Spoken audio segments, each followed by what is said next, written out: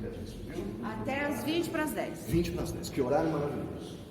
Que a paz e o amor de Jesus esteja em nossos corações, nossos pensamentos, nossas atitudes, hoje, agora, sempre. Que alegria. Que alegria conhecer a turma 125. Eu acordei hoje de manhã e disse, puxa, eu vou conhecer a turma 125. E não é pouca coisa. Porque nós ficamos sentados ali calados, fingindo que não estamos aqui, ou que estamos com a mente em outro lugar. Estamos integralmente aqui. Cada testemunho, cada frase, cada olhar. E acreditem, até o silêncio diz muita coisa. Vocês sabem que há momentos na vida em que o silêncio diz mais que qualquer palavra. Há momentos em que nós só queremos um ombro, um abraço e silêncio. E vocês ofereceram os seus ombros a mim hoje, com um carinho enorme, e eu retribuo com o meu, por me permitirem estar aqui, por me receberem com tanta alegria em um dia tão especial. E talvez nos perguntemos por quê, porque nós vamos falar de Jesus. E falar de Jesus é sempre um dia especial. Sempre. Nós vamos fazer uma combinação. Olha que coisa bacana. Durante a exposição, se vocês tiverem alguma dúvida, perguntem a hora que ela surgir. Vocês não vão guardar, não vão deixar reservada, vocês vão perguntar quando ela surgir. Eu tive um professor, em 1988. Eu vejo aqui naturalmente a faixa etária da turma, 25, no máximo 26. Não estavam vivos nessa época, mas eu já aqui estava, já era adulto, já tinha um gradiente 3 em 1, comprado por cheque no Mapping. Então, se fizermos algumas contas, eu devo estar com RG com 3 algarismos. 1988, eu tinha um professor muito simpático, coisa linda, chamava-se Giannini, professor de português, estava na faculdade. Ele tinha um método tão interessante, ele dizia assim, na minha aula ninguém pergunta nada, só se der tempo. A aula era dele. Adivinha? Ele dava tempo? Claro que não. Ninguém conseguia perguntar nada durante o curso todo. Desde 88 eu pus o nome dele na caixinha de vibrações. Portanto, 1/3 dos papéis da caixinha de vibração é de minha autoria. De minha autoria. Ele já não está mais entre nós, portanto dizer isso no centro espírita é um perigo. É um perigo. Porque ele não está mais entre nós em carne, mas está em espírito. E se ele estiver ouvindo, ele sabe que é verdade. Ele sabe que é verdade. Portanto, hoje nós vamos, no bom sentido, nós vamos nos vingar. Hoje é o momento da boa vingança, se é que eu posso dizer isso. Vocês vão perguntar na hora que a pergunta surgir. Porque a pergunta pode não ser apenas minha. Ela pode não ser apenas nossa. Nós estamos aqui encarnados, é claro, mas há tantos outros que não estão. E talvez eles tenham dito a nós, pergunte a isso por mim, porque eu também não sei. Não existe pergunta boba, boba é aquela que eu não faço. É aquela que eu chego no meu travesseiro hoje à noite e digo, ai que ódio, porque eu não perguntei. Não existe pergunta boba. E eu tenho uma vantagem. Eu tenho uma vantagem. Eu acompanho um filósofo moderno que se chama Celso Portioli.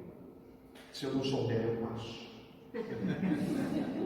Portanto, a Cássia aqui está. Se eu não souber alguma coisa, eu passo para ela. O único problema é que ela também acompanha o mesmo filósofo. Ela repassa. Oh, tristeza. Que filósofo mequetrefe que eu vou arrumar. Portanto, o que eu vou fazer se eu não souber? Eu vou estudar. E eu passo a vocês com todo carinho. Então, logo eu tenho aquela resposta. Maravilhoso, né? Vocês estudaram reencarnação, ação e reação. Que aula, hein? Que aula! Que tema espetacular! A reencarnação, ação, reação. Que aula! E hoje, naturalmente, nós vamos continuar com os nossos estudos. Lembrando que vocês podem e devem perguntar a hora que quiserem, no meio da frase, no final da frase, no começo da frase, quantas vezes vocês quiserem. Mas é claro que há um limite, 7.200 vezes cada um no máximo. Tudo tem limite. Eu me lembro, 18 de abril. 18 de abril foi agora. Mas o meu 18 de abril é um pouquinho antes, 18 de abril de 1857, lembram? 18 de abril de 1857, uma tardezinha tépida, deliciosa, agradabilíssima, ali naquela região que a turma 125 conhece muitíssimo, a região de Palais Royal, na França. A Cássia me disse, o Zacarias confirmou, que esta turma, basta ver o feriado prolongado, vai para a França, ninguém segura. Feriado cai na sexta, na quinta já está no aeroporto. Para onde está indo? Estão indo para a França. Feriado prolongado, sabe como é que é. Portanto, 18 de abril de 1857, o mundo conheceu uma obra que mudou a nossa história. Eu prefiro dizer, mudou a nossa compreensão da nossa história. Em 1857 surge o Livro dos Espíritos. 18 de abril.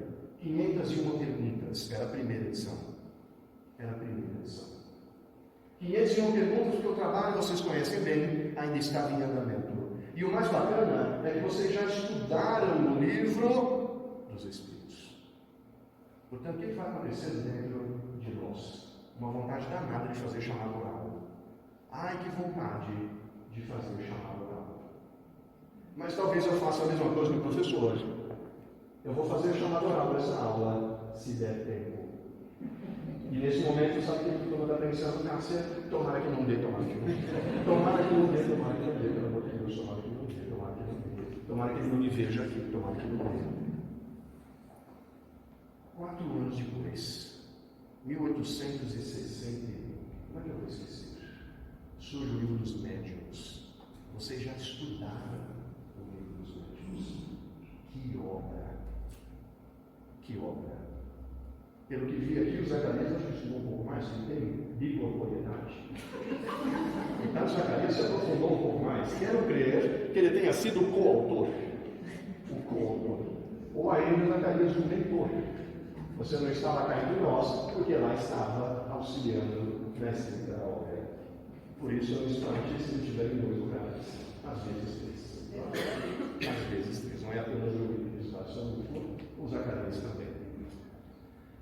1861, 4 anos depois, surge o Livro dos Médiuns, que vocês já estudaram. 1864, 3 anos depois, surge o Evangelho segundo o Espiritismo.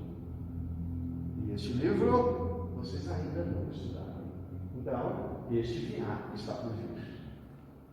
1864, o Livro dos Espíritos surge. Anda mais um pouquinho, apenas um ano. 1865 surge o livro O Céu e o Inferno. E 3 anos depois, 1868, surge a Gênese.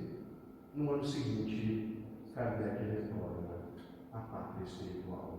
Como que dizendo a nós, a minha tarefa foi cumprida. Conquanto eu tenho enfrentado situações de saúde sérias, minha tarefa foi cumprida. 1868 a Gênese, 1869 março, não vou esquecer nunca, retorna Kardec. E é sobre uma destas obras que nós vamos falar hoje, é claro. Vamos falar de uma obra espetacular. Olha que coisa mais linda o que nós vamos ver. Vamos ver se responde. Olha a tecnologia no estudo, não é? A tecnologia.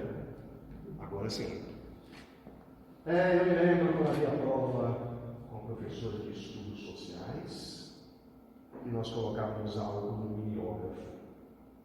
Que diferença, não é? Que diferença. É claro que esta turma não tem a menor ideia do que eu estou dizendo. Essa turma não fez curso de datilografia com o professor Hugo e nunca fez trabalho em papel de linguagem. Aquele quadradinho que tinha uma pastinha vermelha que a tia Maria corrigia. Mas dizem que isso existiu, eu também nunca vi. Eu pesquisei nesta aula. É claro, eu pesquisei. O céu e o inferno. O dia 1º de agosto, lembra? 1º de agosto de 1865, o mundo conhece o céu e o inferno. Que obra espetacular! Eu não me canso de lê-la, e a cada leitura é uma descoberta nova, porque eu sou uma pessoa nova a cada leitura. O livro, portanto, é interpretado com outro Edson.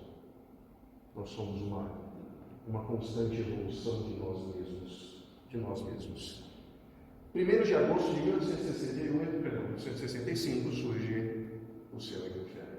E eu vou convidá-los a ver, vocês já viram um relance, um introito, um preâmbulo, eu vou convidá-los a ver o frontispício dessa obra. Tá? Eu não sei o que é frontispício, mas eu aprendi a voltar e usar, usei. A página de rosto. Vamos ver a página de rosto desta obra colossal. À esquerda, primeira edição em francês. Primeira edição em francês, 1865. E sabe o que é mais lindo? À direita, a primeira edição em língua portuguesa no Brasil. Edição brasileira, 10 anos depois, 1875. Eu vou dizer uma coisa a vocês que vocês sabem. Nós estamos no século XIX. Uma obra a ser traduzida e impressa em outro idioma, em outro continente, em 10 anos, isto é muito. Isto é muito. Não é como hoje que eu faço um PDF, envio simultaneamente e sai lá na Turquia, ou no noroeste da Botsuana, ou quem sabe na Nigéria. Naquela época não era assim. 10 anos depois, já tínhamos uma tradução de português do Brasil, impresso no Brasil, o livro impresso no Brasil. Isso é muita coisa. Porque nos mostra que o livro realmente tinha algo muito importante a nos dizer. 10 anos. Em que consiste essa obra? Do que trata o céu e o inferno? Kardec, você sabe, era um educador. O professor lhe valia o seu nome de batismo. Ele era um educador. Ele tinha uma preocupação extrema com o sentido das coisas. Vocês que dominam a língua portuguesa fazem análise morfossintática do hino nacional. Sabem que, para um educador, a semântica, o sentido é fundamental. Kardec debruçou-se sobre muitas obras e contou com um auxílio enorme, integral, pleno da espiritualidade, para trazer nessa obra estudos profundos sobre o ponto de vista de determinadas doutrinas acerca do céu e do inferno. Como é que determinada doutrina entende o céu e entende o inferno? Ele nos traz uma reflexão profunda de doutrinas importantes. Ele mostra para nós como é a vida aqui e como é a vida lá. Como é a vida fora do corpo? Ele traz para nós reflexões a respeito de anjos e demônios. Como é que essas mesmas doutrinas entendem demônios? Demônios existem, não existem? Como é que eles são? Eles são como eu vejo na TV? Eles são como me dizem aqui ou ali? Eles são aquilo que eu leio em uma obra? Como é essa questão de anjos e demônios? Ele mostra para nós nessa obra reflexões profundas acerca de penas eternas. Elas existem. Se eu fizer determinada coisa e desencarnar, eu serei penalizado eternamente. É assim? Então observem a profundidade do tema sobre o qual eu sou Kardec, com um cuidado jamais visto. Eu fui informado que essa turma já leu toda a obra em francês. Todas as obras, inclusive obras póstumas. Já leram em francês. E é claro que lendo o Livro dos Espíritos, vocês encontram no comecinho um capítulo chamado Prolegômenos e depois Introdução. Leiam ali o cuidado que Kardec tem com aquilo que vai nos dizer. Nesta turma, isso que eu vou dizer não acontece. Nesta turma, não. Ninguém desta turma nunca fez o que eu vou dizer. Mas dizem que há pessoas que, quando pegam um livro, pulam o índice, pulam o prólogo, pulam a introdução, pulam e vão direto para o capítulo 1. Ainda bem que esta turma nunca fez isso em livro nenhum, nem do Visconde de Sabugosa. Os prolegômenos e a introdução são uma obra-arte. E o cuidado que Kardec tem com aquilo que vai nos dizer é incrível. Ele é efetivamente um educador e não apenas um professor. Há uma diferença. Há uma diferença. Ele sabia onde ele queria chegar e ele sabia a grandiosidade daquilo que ele trazia, aquilo que ele próprio tinha como tolice. aquele que ele próprio tinha como tolice. Portanto, nessa obra ele faz um estudo efetivamente profundo. E como é que se divide essa obra? Vamos conhecer como é que ela se divide. Olha que coisa incrível a divisão. 2 partes. Nada mal, 2 partes. Dá para ler ainda hoje. Eu sei que vocês já leram, dá para ler de novo. É isso que eu quero dizer. Primeira parte, doutrina, 11 capítulos.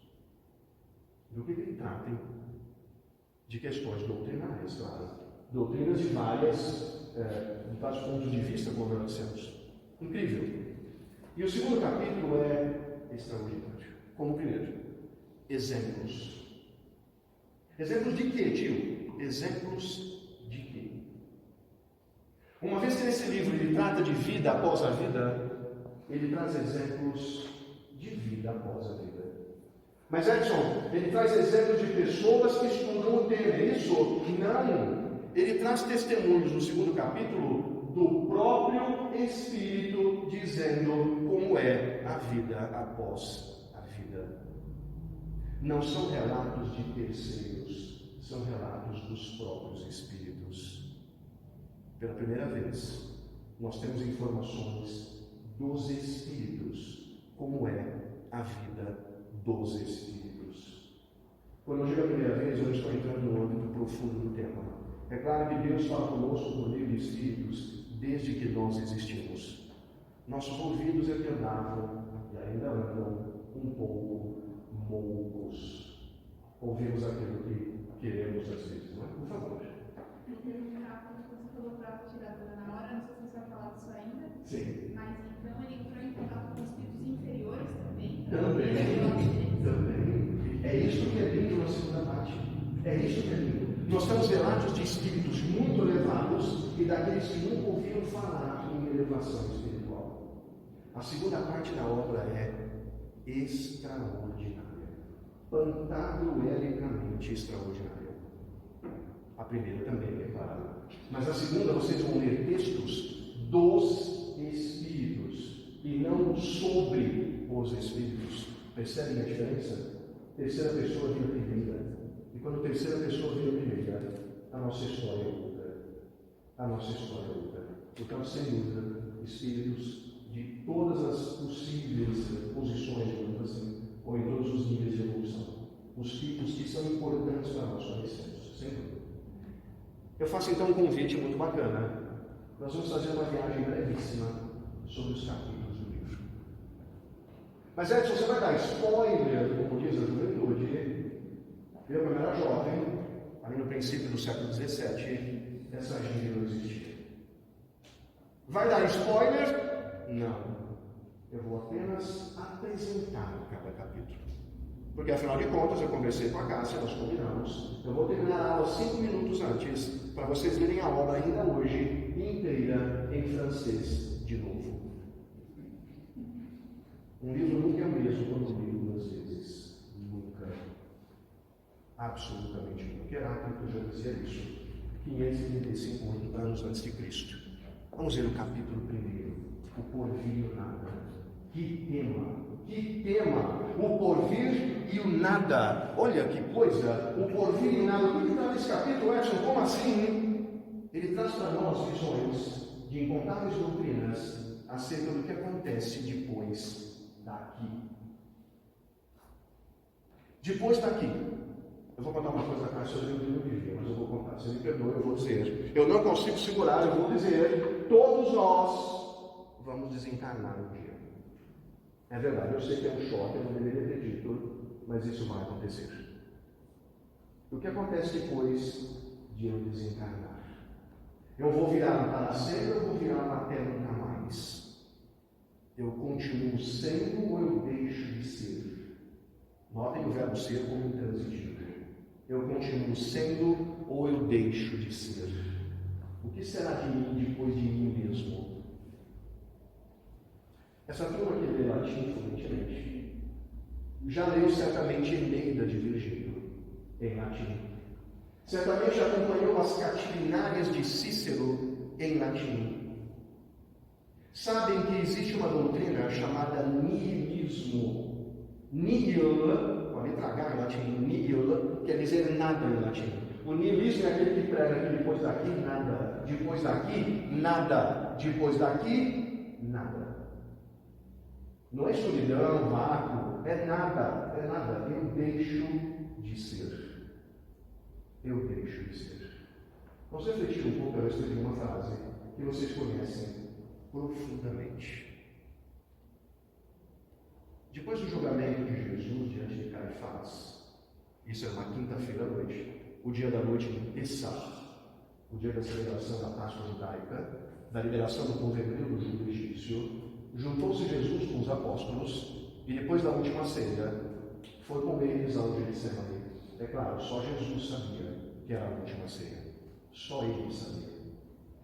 Depois disso ele foi feito prisioneiro, vocês conhecem, e na sexta de manhã foi levado diante de Pilatos. Ele havia sido inquirido diante de Caifás e também o fora diante de Pilatos. Até que Pilatos pergunta a ele, diante de seu silêncio: és o rei dos judeus?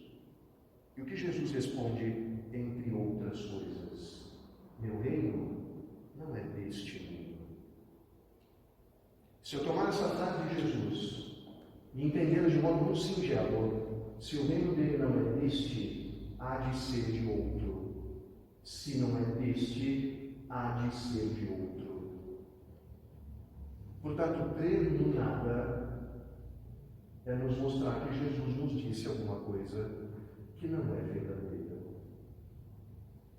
Portanto, um capítulo riquíssimo que trata deste ponto de vista.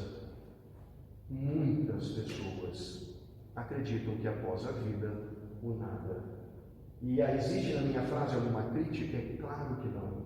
Eu também estou buscando as minhas respostas, ainda bem.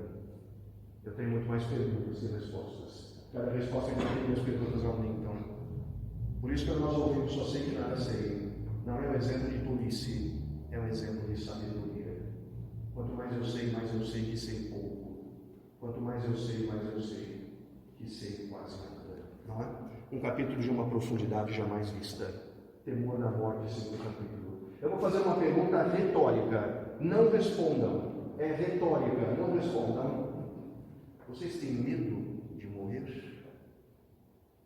Vocês conhecem alguém que tenha medo de morrer? Por que será que nós temos medo da morte? Se a gente passou por tantas reencarnações, Não entendi, perdão. se a gente passou por tantas reencarnações, Não é mesmo? deveria ter medo, né? É verdade. Existe aí uma sabedoria tremenda na sua resposta. Eu não disse o nome. Ah, não, perfeito. Olha que coisa linda, que profundidade, que coisa linda que nós ouvimos. Se nós tivermos várias encarnações, por que teimamos em não crer a ver? Não, porque teimamos em entender melhor da morte. Sabemos que viemos com um véu de esquecimento, que não sabemos muito bem quem fomos, o que fomos, etc. Ainda bem. O véu de esquecimento é uma bênção e não uma penalidade. Ainda bem.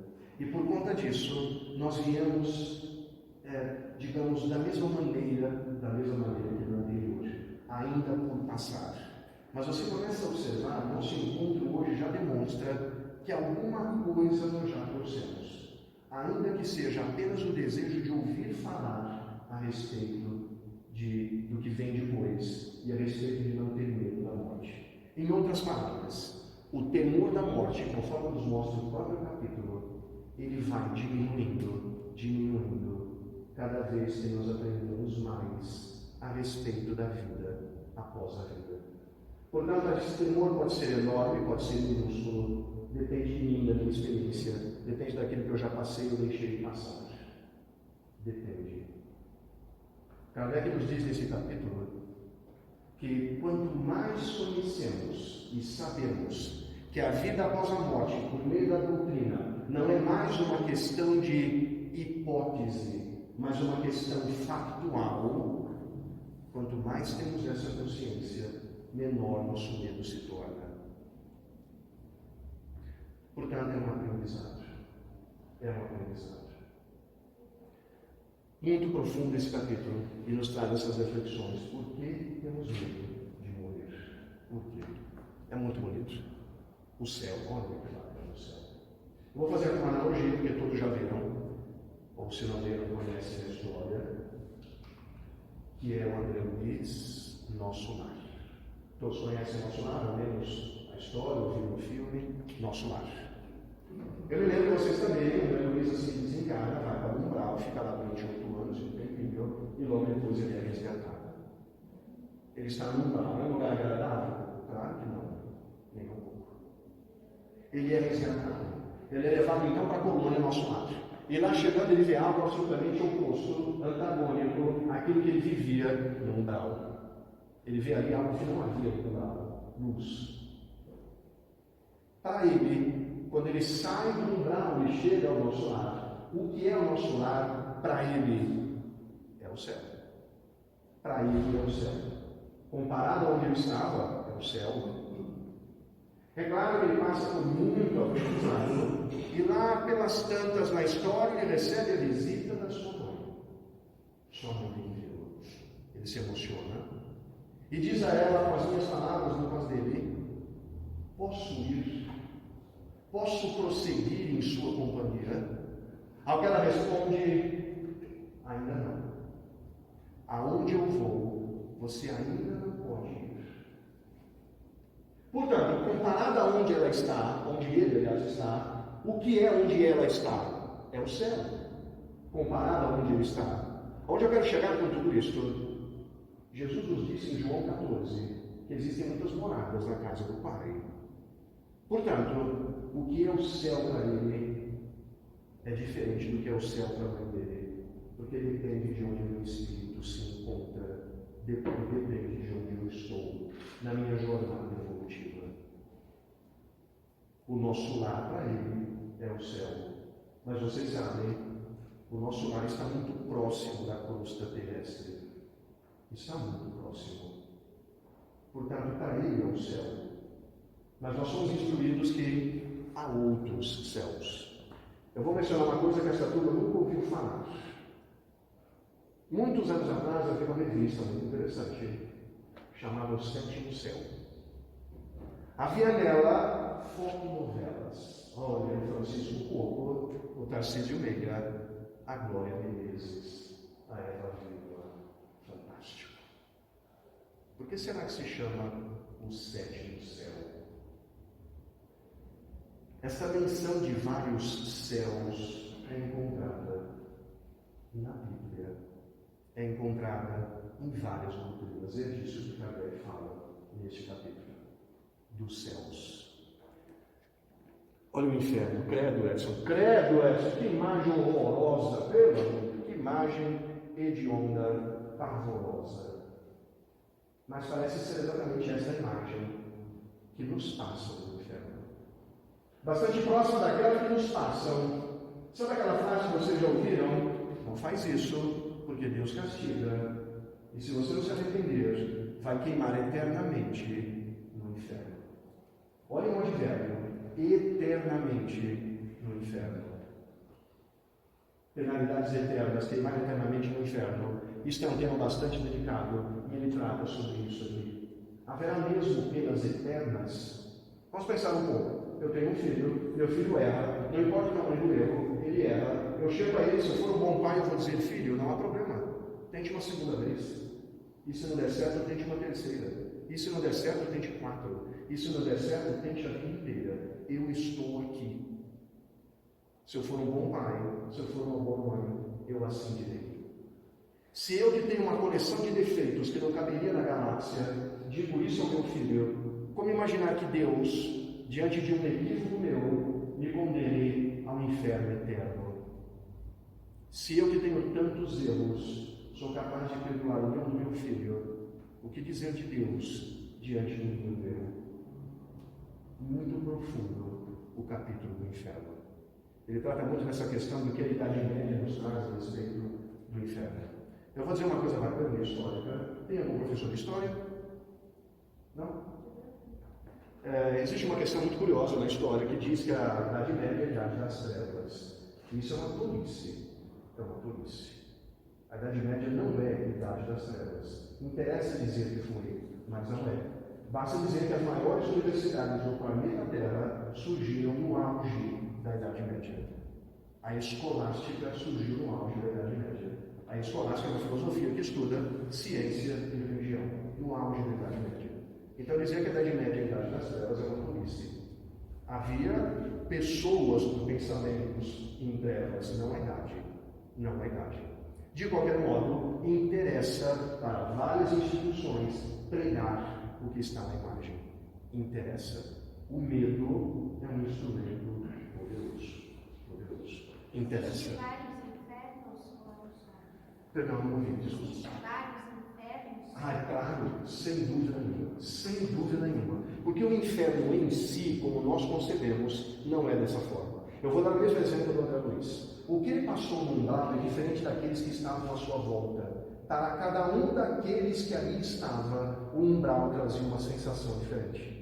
Portanto, o inferno do André Luiz é o inferno do André Luiz. O que ele sentiu foi o que ele sentiu, porque depende de quem ele foi quando aqui estava.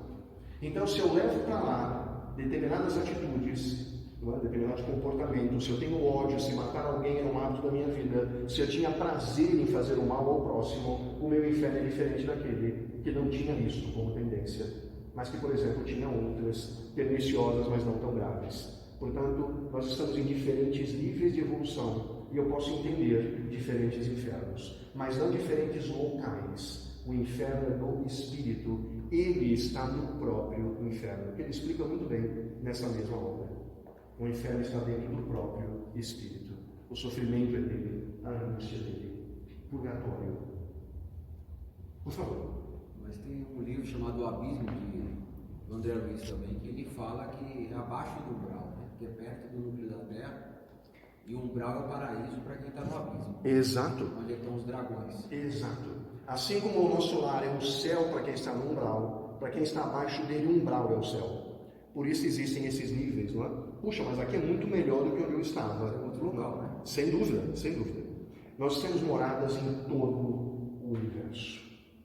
Também seria tolice imaginar que só existe vida aqui. Como é que eu posso imaginar que Deus criou um universo do qual eu conheço quase nada, porque meus olhos não alcançam quase nada, uma vez que o universo é infinito? Como eu posso imaginar que existe uma galáxia que não serve para nada? Achar que existem outras galáxias, outros cosmos, outros orbes que não servem para nada é achar que Deus criou algo inútil. Eu é que ainda não entendo. Ele lá está, eu aqui estou. Isso é uma questão muito bonita, muito profunda, portanto, sem dúvida, isso justifica também a questão de vários céus e vários infernos. Tudo depende do ponto de vista. Uma água gelada, ela pode não ser tão gelada para o outro, assim como a quente, depende. Depende de onde o meu espírito está. O purgatório. Purgar, vocês sabem, purgar é latim, significa exprimir, tirar, não quero mais, eu quero purgar. Portanto, se eu roubar alguma coisa de alguém, é claro que eu devo devolver isso que eu roubei. Pedir desculpa, devolver. Isto é uma penalidade? Não. Isso é uma oportunidade e não uma penalidade. Portanto, pedir desculpa a um amigo, ligar para uma pessoa com quem eu não falo há muito tempo, ligar para minha mãe daqui de quem eu não tenho mais uma palavra ouvida, porque por algum motivo, não importa qual, eu deixei de falar com ela, ou meu pai, ou meu irmão, ou meu primo, ou meu filho. Ligar para essa pessoa não é demonstração de humilhação. É uma oportunidade que nós temos de reatar coisas que nós desatamos. Pedir perdão faz bem a quem se pede, faz bem a quem pede. O perdão alivia o meu coração. Perdoar alivia o meu coração. Pedir perdão também. Portanto, o purgatório é nada mais do que um ajuste, uma acomodação. Quando vocês passam aqui, já passou na ponte de Niterói? Já? Não, já passou? Você já passou lá? Muito bom. Eu passei lá quando ela foi inaugurada. Olha a tristeza, olha os 3 algarismos. Eu passei lá quando ela foi inaugurada. Eu vi o acidente da Maísa, que estive até hoje. Eu vou esquecer nunca, quando a Maísa lá morreu. Mas o que eu quero dizer com isso? Quando nós passamos na ponte de Niterói, tem 14 quilômetros, uma delícia, eu adoro. Quando nós passamos por ela no carro, o que é que nós ficamos ouvindo a cada estado, a cada pedacinho? Um barulhinho gostoso. O carro vai passando um negocinho gostosinho, vai fazendo um barulhinho gostoso. Ele vai titi, titi, titi, titi. Ele vai fazendo um barulhinho. dilatação, se não houver junta de dilatação, a ponte rompe. O viaduto Tracanduva tem, a ponte lá de uma cidadezinha do interior tem, porque se não tiver a ponte rompe. A ponte rompe. É preciso ajustar. Portanto, possíveis sofrimentos que meu espírito venha a ter não são penalidades, só ajustes. É disso que o tema fala, com uma profundidade que eu não consigo alcançar. Esse capítulo é muito curioso. Eu coloquei 3 imagens aqui, só para provar, você acredita? Você tem ainda 25 minutos. 25 minutos, que maravilha, que bonito. Vamos fazer uma viagem bacana. Reconhecem alguma das 3 imagens? Fiquem tranquilos, não vou perguntar nada, é só ver se vocês conhecem. Eu vou dizer. Perdão? Verdade. Muito bom. Eu vou contar de uma muito breve a história que eu tenho aqui. Essas imagens não têm nada a ver com o capítulo em si, elas não estão lá. Eu vou trazer apenas o conteúdo do capítulo por meio da narrativa. Esse primeiro que nós vemos, levando essa rocha, certamente você já deve ter visto em alguma reunião de negócios. Olha, mas o que tem de executivo que usa essa imagem, ou falta de criatividade. Porque já foi usada demais. Muito. Mas eu não tinha como isentar, porque eu vou tratar agora do tema, não da imagem, do tema. Este é Sísifo, lembra do Sísifo? Sísifo, eu não esqueço nunca. O Sísifo, certa feita, olha que coisa linda, ele certa feita viu uma águia carregando uma criatura. Essa águia era Zeus. Zeus tinha metamorfoses, ele se tornava o que ele queria. Ele é o maior deus do panteão grego, portanto, é claro, ele podia tornar-se o que ele quisesse.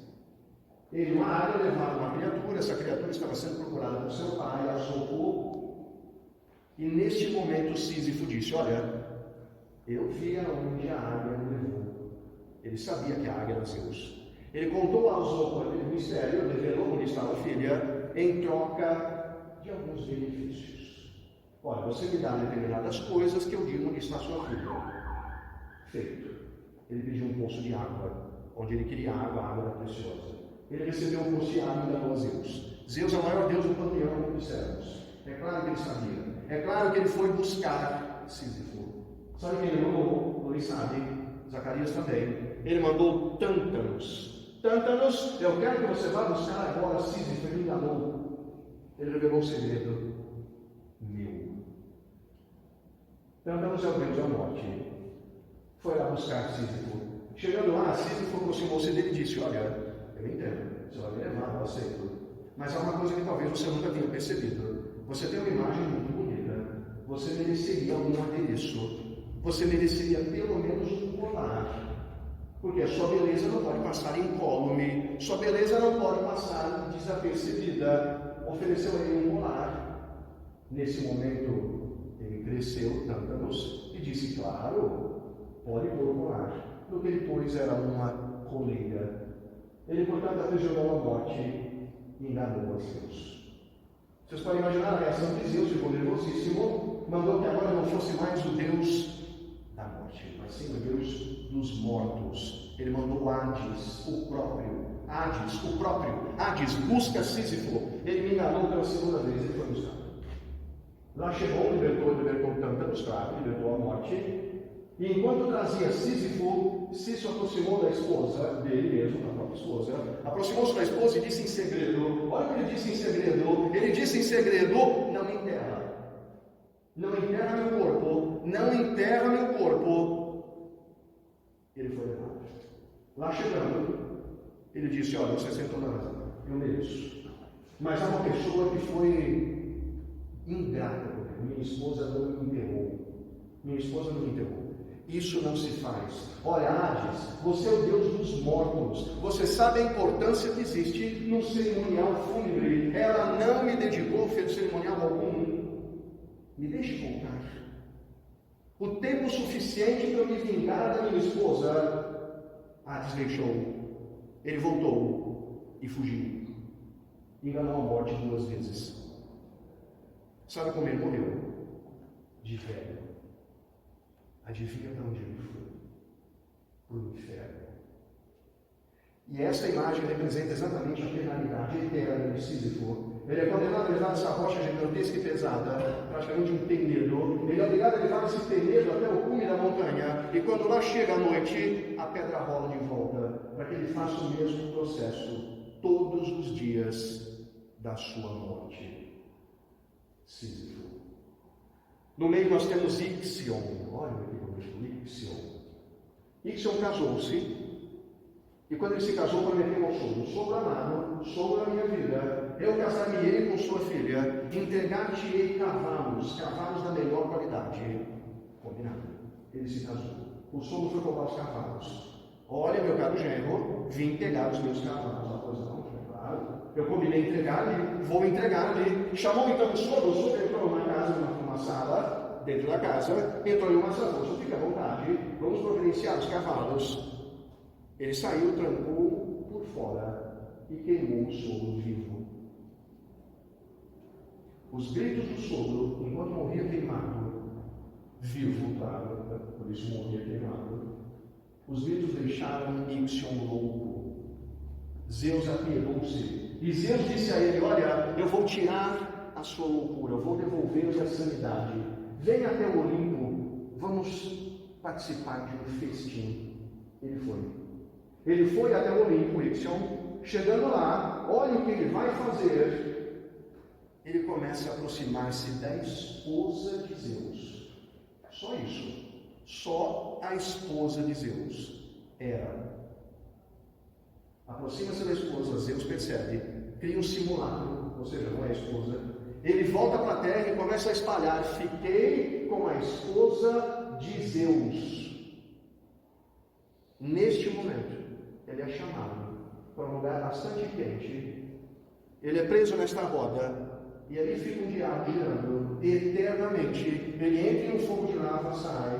Ele entra no lago de lava, perdão. Entra no lago de lava, sai. Entra no lago de lava, sai. Eternamente. E o terceiro, Tântalo, e aqui eu termino. Tântalo foi convidado também por Zeus a participar de um festim. Vocês se lembram o que os deuses comiam? Eles tinham um alimento específico. Alguém lembra? Ambrosia. Vocês sabem que a ambrosia é tida como o alimento mais doce da terra. Mas há uma pessoa que discorda. A Emília do sítio do Pica-Pau. Sabe o que a Emília diz? A Emília diz que apenas a pamonha da tia Anastácia é mais doce que a ambrosia dos deuses. Pamonha, ambrosia, nesta ordem.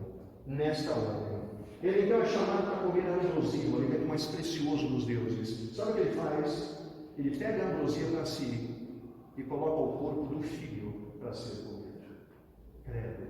O filho dele chama-se Pélope. Lembra do Pélope? Eu não esqueço. Pélope, como é que eu vou esquecer?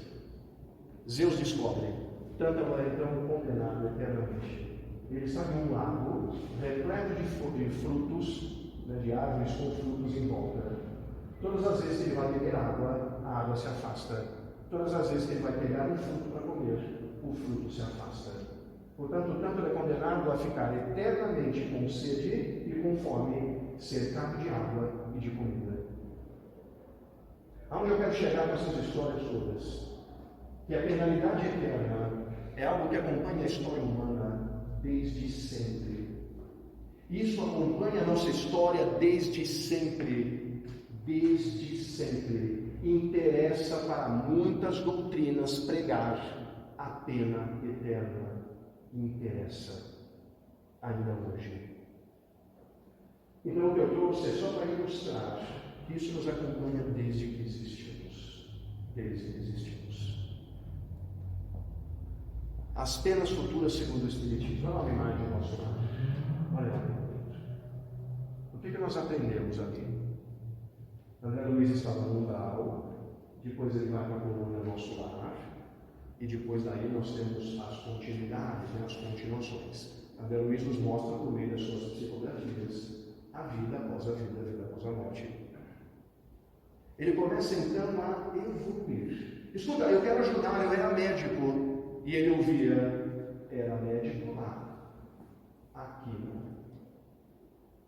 O que eu posso fazer para ajudar? Olha, tem pacientes ali que têm problemas sérios. Eles regurgitam o tempo todo, eles têm problemas intestinais. Por que você não limpa? Mas eu era médico. Você era médico lá. E ele foi aprendendo. Ele foi aprendendo. E depois vem as outras obras lindíssimas, mostrando a jornada de André Luiz. Aprendendo. Não existe pena eterna. Ela terá o tamanho daquilo que eu preciso consertar. Lembrando que ela não é uma penalidade, eu insisto. Ela é uma oportunidade, não uma penalidade. Que capítulo bonito. Por favor. Então a gente vê muito assim, por exemplo, as pessoas receberem perdão, né? Podia receber o perdão e também perdoar as pessoas, né? Sim. Mas o que fica a pena eterna, ou mais tempo, é quando a gente não se perdoa. Sem dúvida. Então o caminho maior é quando a gente não se perdoa. Por isso existe, no caso até do André Luiz, esse fato que passou, que perdoou várias pessoas e pediu perdão até para a moça, pediu para o Gerber Cristã. Mas o problema é que às vezes não se aceitava porque não se consegue se perdoar. Muito profundo isso, Wagner. Isso é verdade. Isso é verdade. Porque corrobora aquilo que havíamos dito de o inferno está aqui dentro. Esse sofrimento sou eu quem leva. Observem que é muito mais fácil perdoar o outro do que a nós próprios. Eu tenho dificuldade em me perdoar. Porque eu digo coisas do tipo, como pode você que já estudou cometer um erro destes? Como pode? Aí vem aquele chicotinho, começa a vergastar-me, e nós sabemos que o caminho não é este. O caminho não é este. Isso é muito profundo, é muito bonito. Muito obrigado, viu? Obrigado pelo testemunho. Isso é verdade. E os anjos? Vou fazer uma pergunta aqui, pode responder, não é retórica. Não é retórica. Os anjos sempre foram anjos. Eles foram concebidos anjos. Aqui só cabem duas respostas, ou sim ou não. E aí nós podemos pensar numa coisa. Se a resposta é não, então eles se tornaram. E se a resposta é sim, por que eu também não fui criado já como um anjo? Observe que qualquer resposta que nós demos aqui nos dá uma reflexão bonita. A doutrina nos ensina que nós fomos criados simples e ignorantes. Todos. Não ignorante na atitude, ignorante no sentido etimológico da palavra. Aquele que não tem gnose, que não tem conhecimento, é o ignorante, aquele que desconhece. Não aquele que é ignorante na atitude, isso não. Fomos criados simples e ignorantes, todos, todos. Nós temos algo precioso que Deus nos deu, chamado livre-arbítrio. Podemos fazer o que nós desejarmos, sabendo que isso tem um ajuste. Tem um ajuste, claro.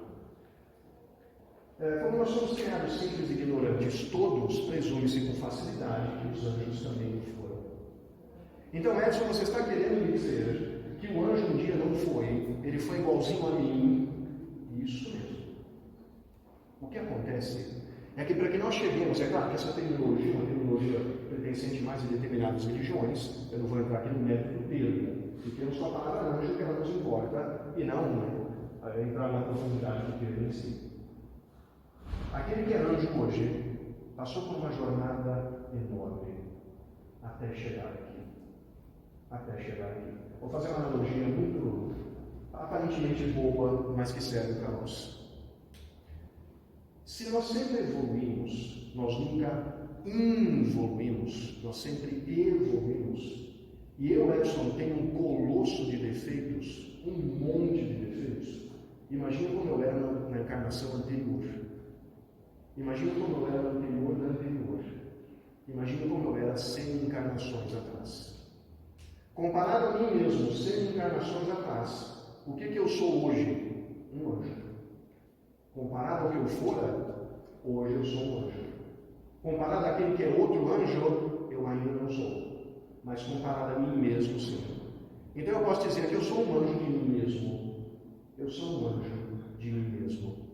Como nos diz João de Ângeles, no meio do Divaldo Franco, a vida é um educandário.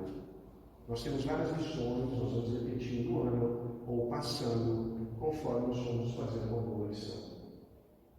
Eu hoje sou a melhor coisa que eu jamais fui.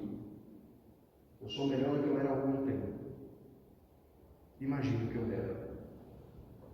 Portanto, os anjos, isso acontece há tanto tempo que nós achamos que eles já nasceram assim. É porque eles passaram por tantas que nós ainda não passamos. Podemos nos tornar anjo? Claro. Vai ser na próxima? Provavelmente não. Provavelmente não. Mas não importa, né? Preocupemos com hoje. O que seremos vai ser um resultado daquilo que somos. Quando nós quisermos saber como vai ser o nosso futuro, dê uma olhadinha no espelho do banheiro. Perguntem quem eu fui. Até o momento da minha pergunta. E eu consigo saber facilmente o que eu vou ser. Eu vejo o seguinte, tenho umas dúvidas. Por exemplo, no caso, em parte ele fala que a nossa diferença do animal para nós é a mesma diferença de nós para Deus. Né? Exatamente. E o que ocorre é o seguinte,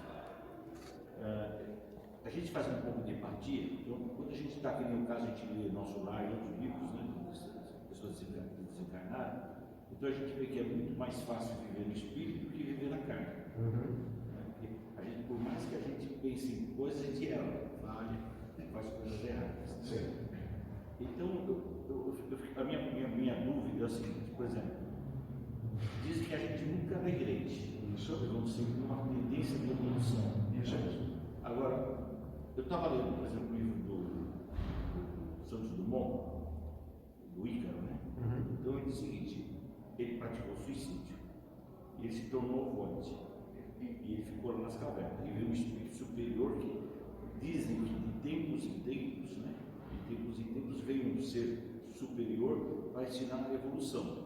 Que Santos Dumont veio, foi um espírito desse que veio para nos evoluir, como outros espíritos, né, que vieram, se encarnaram e fazer a nossa evolução. Sim. Agora, como ele se tornou void, e ele ficou lá, depois veio esse espírito superior que veio resgatar ele e pediu pessoas que ajudavam na reencarnação para ele ser reencarnado, porque praticamente o perispírito dele já tinha, né? Ele teve que se encarnar com uma moça que é uma prostituta para ela desenvolver o perispírito. Ele teve que morrer várias vezes e nasceu com o espírito, com o corpo praticamente. Agora, essa tendência que ocorreu com ele foi um pouco de, vamos dizer assim, de uma regressão. Então, isso que eu não entendo, por exemplo, por que houve essa regressão? Sim.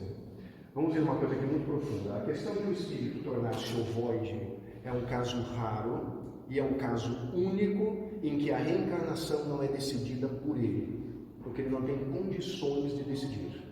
Se vocês lerem o livro Memórias de um Suicida, da Ivone do Amaral Pereira, um livro espetacular, existem alguns relatos a respeito disso. Então, o espírito tornar-se ovoide é algo muito raro comparado àqueles que não se tornam. O que acontece nesse caso é que o espírito não evoluiu, ele nunca foi evoluído o suficiente. Eu vou dar um exemplo aqui entre nós, você vai entender bem. Imagine que nós tenhamos um vizinho bacana, ele lava o quintal, ele leva às vezes nosso filho para o jardim de infância quando não podemos, ele é um cara muito bacana. Subitamente ele aparece no jornal como um psicopata, que fez coisas horrorosas que nós nunca imaginaríamos. O que nós tendemos a dizer nesse momento? Nossa, mas ele era tão bom. Ele nunca foi. Ele nunca foi. Então, os espíritos ovoides, em verdade, são espíritos muito pertinazes na não evolução.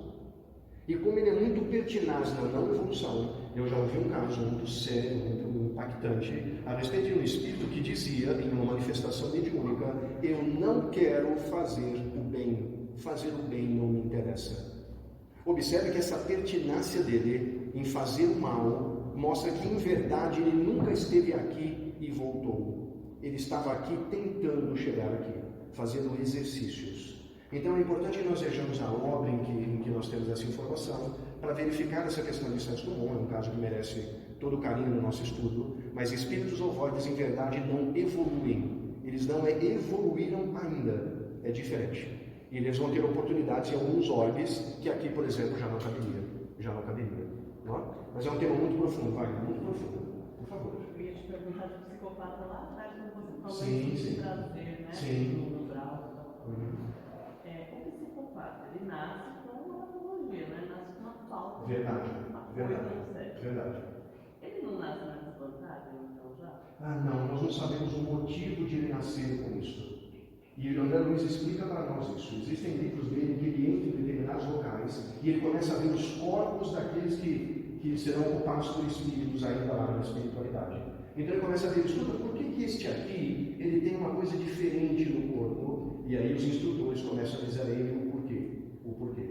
Nós não sabemos o porquê de ele ter trazido isso. Há casos impressionantes. O que nós não devemos, e aqui eu vou dar uma alerta, é imaginar assim, quando nós vimos alguém que por acaso tem um problema na mão ou no pé, ele está pagando alguma coisa. Isso é uma bobagem, não pensem assim. Pode ser, não quer dizer que seja. Assim como eu não tenho nada visivelmente aparente, mas o que eu tenho de conserto aqui dentro para fazer não é pouco. O que eu quero dizer é, isso não é por acaso, não é uma desvantagem. Em muitíssimos casos é um pedido. É um pedido. Me faça ir com isso, eu preciso combater isso que ainda me atormenta, isso que de alguma maneira me impede de evoluir. Essa é a grande diferença entre expiação, né, que você tem de expurgar aquilo, e você pedir para passar por aquilo. Alguns espíritos pedem, porque estando lá é mais fácil, e quando eles chegam aqui tem dificuldade de cumprir. E lá chegando descobrem, olha, você havia pedido. Foi dito a você que seria difícil. Não foi possível fazer tudo. Foi possível fazer o que foi possível. Então, nada é por acaso, inclusive isso. Então, não é uma desvantagem. Há uma razão de ser. Por que eu uso óculos e outras pessoas não? Não há? Há uma razão de ser. Isso é maior do que nós conseguimos alcançar.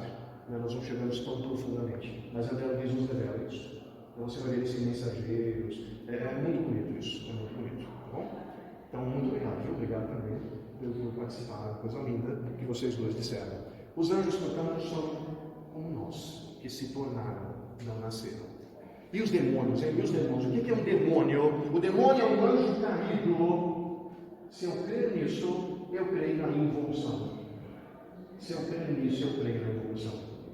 Em verdade, eles foram aqueles que mencionamos agora, que nunca evoluíram.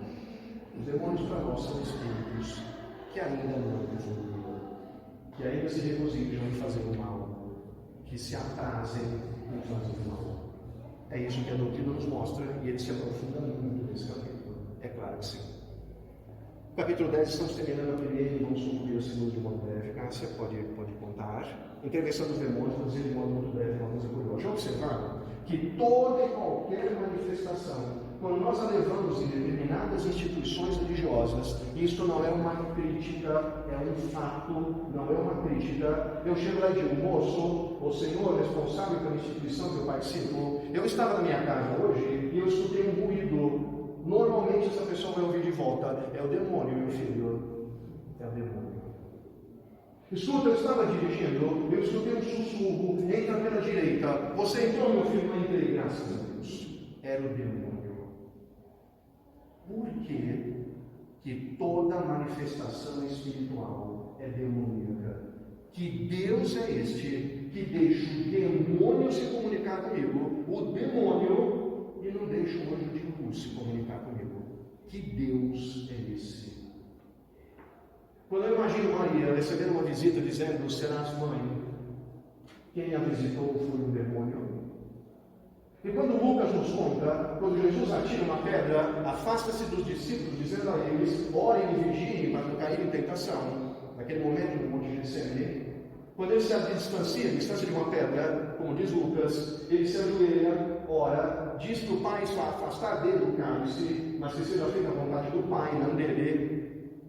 O que aparece neste momento para ele? Um anjo, uma manifestação espiritual.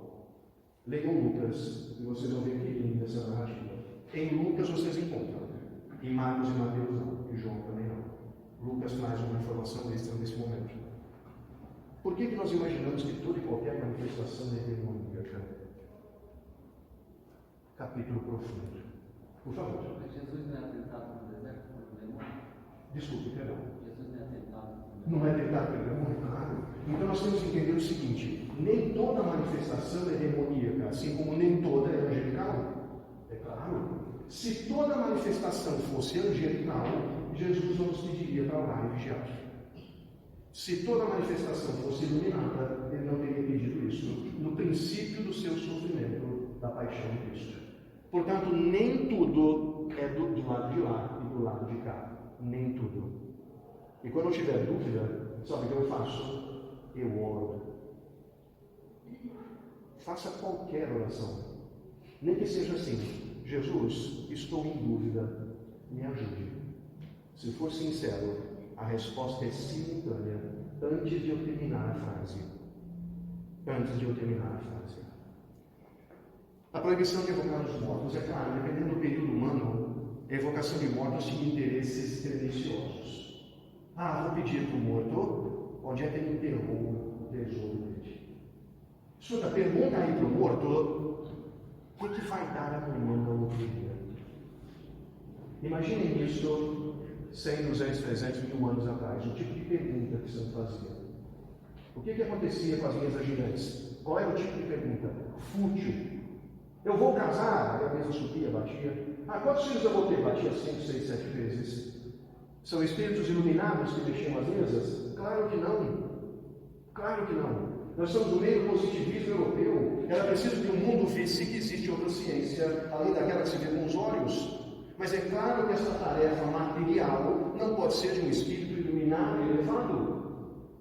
Mas é o caminho para chegarmos a eles. Eram perguntas fúteis. Aquelas reuniões fúteis no meio da aristocracia. Até que Kardec começou a fazer pergunta séria.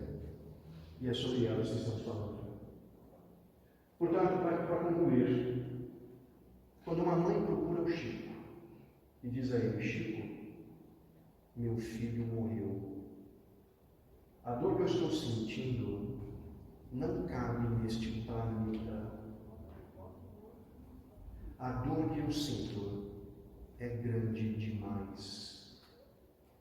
E o Chico se sentava, trazia uma mensagem do filho, que dizia a esta mãe: mãe, eu estou vivo, eu estou bem.